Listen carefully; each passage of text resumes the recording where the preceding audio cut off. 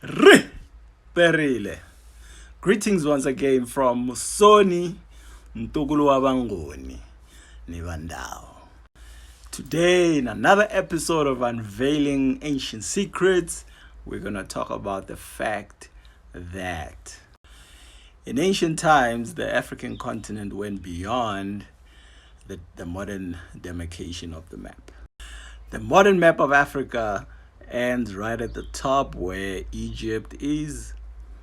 And of course, they wish they could remove Egypt out of the African landmass, but they're not that mighty, unfortunately.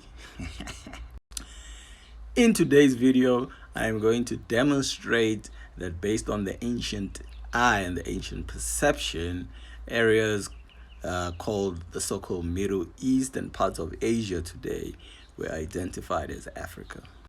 What better place to start than in the most famous book, the Bible? In the book of Genesis, chapter number 2, verse 10 to 14, beginning at verse 10, it says, "And a river went out into Eden to water the garden, and from thence it was parted and became into four heads." So we've got four branches of this very river. Verse 13 says the name of the second river is Gihon. The same is it that compasseth the whole land of Ethiopia. Now, a lot of people, when they read that, they automatically look for Ethiopia in the modern map. But I'm going to demonstrate that the Ethiopia in the book of Genesis is not the one which is called Abyssinia. Verse 14 explains to us that this land of Ethiopia is the very one which is called the Middle East today. The name of the third river is Hiddekel. That is it which goeth towards the east of Assyria. Where is Assyria? Assyria is not in Africa. Ancient Assyria would be what is called Iraq today. Before I go to our second source, we need to understand that the word Ethiopia comes from the ancient Greeks, which comes from the word Ethiops, which means the burnt faces. And it was a word which the ancient Greeks used to refer to African people. Not just melanated people, as people like to put it. Herodotus, the ancient Greek, named by modern Europeans the father of history. In chapter 70 of his histories, which he documented, he states, "The Eastern Ethiopians, for two nations of this name served in the army, were marshaled with the Indians." I'm sure you noticed there that he separates the Indians from the Eastern Ethiopians. Now let's continue. "They differed in nothing from other Ethiopians save their language and the character of their hair.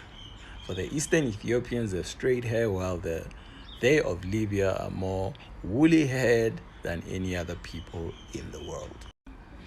In chapter 94 of his histories, Herodotus that is, he says the Parikenians and the Ethiopians of Asia furnished a tribute for 400 talents. Emphasis on Ethiopians of Asia, or Eastern Ethiopians. Now, before I actually knew this information many years back, when I visited Pakistan for the first time in 2010, at the restaurant where the client had taken us, there was this black dude. I was like, "Wait, here's a brother." And I went up to him and I was like, "Hola." And he responded, obviously, in his language, which was probably Urdu.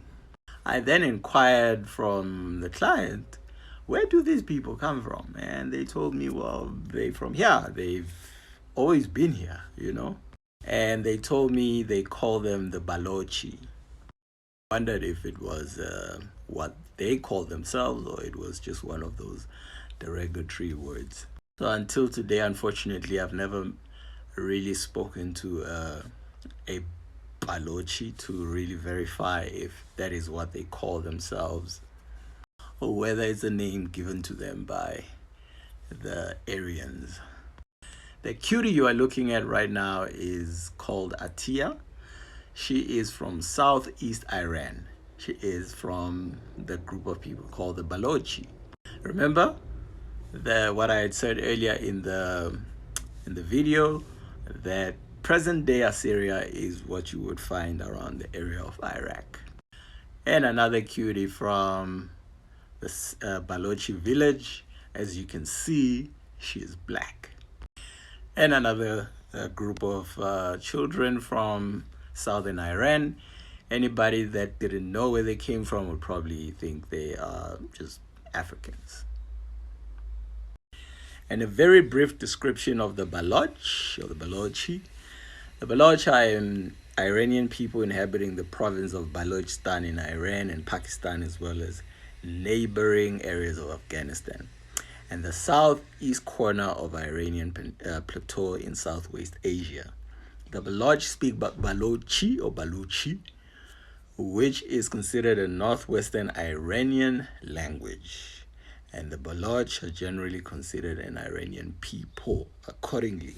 Remember in the beginning of the video, once again, ancient Assyrians. Now, before somebody gets excited and say, yeah, the ancient Assyrians were black. Yes, they were. But you need to put it into context at which stage and which group, because the original inhabitants of the so-called Middle East today were African people, black people. And obviously, with the invasion of the Aryans from the north, the area, even during ancient times, after the invasion, also had Caucasian type of people. So we are not gonna say stuff like the Assyrian army that invaded ancient Egypt or Kemet were actually black people. There is no telling that. But the point of the video here is that the ancient Greeks identified the so-called Middle East as ancient Ethiopia, just as the Bible does.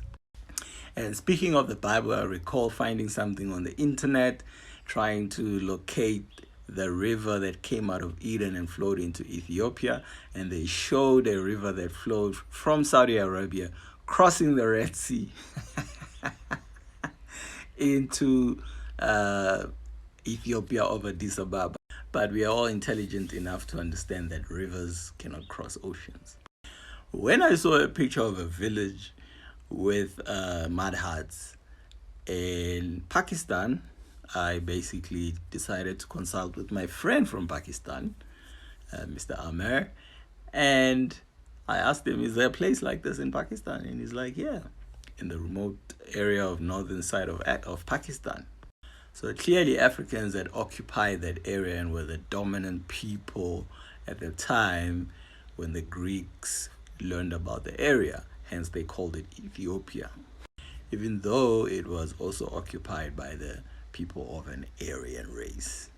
Obviously, many groups either than the Balochi, for example, the Dravidians of India, and these people are found in the southern parts. We also have the Jarawa people of the Andaman Islands of Asia.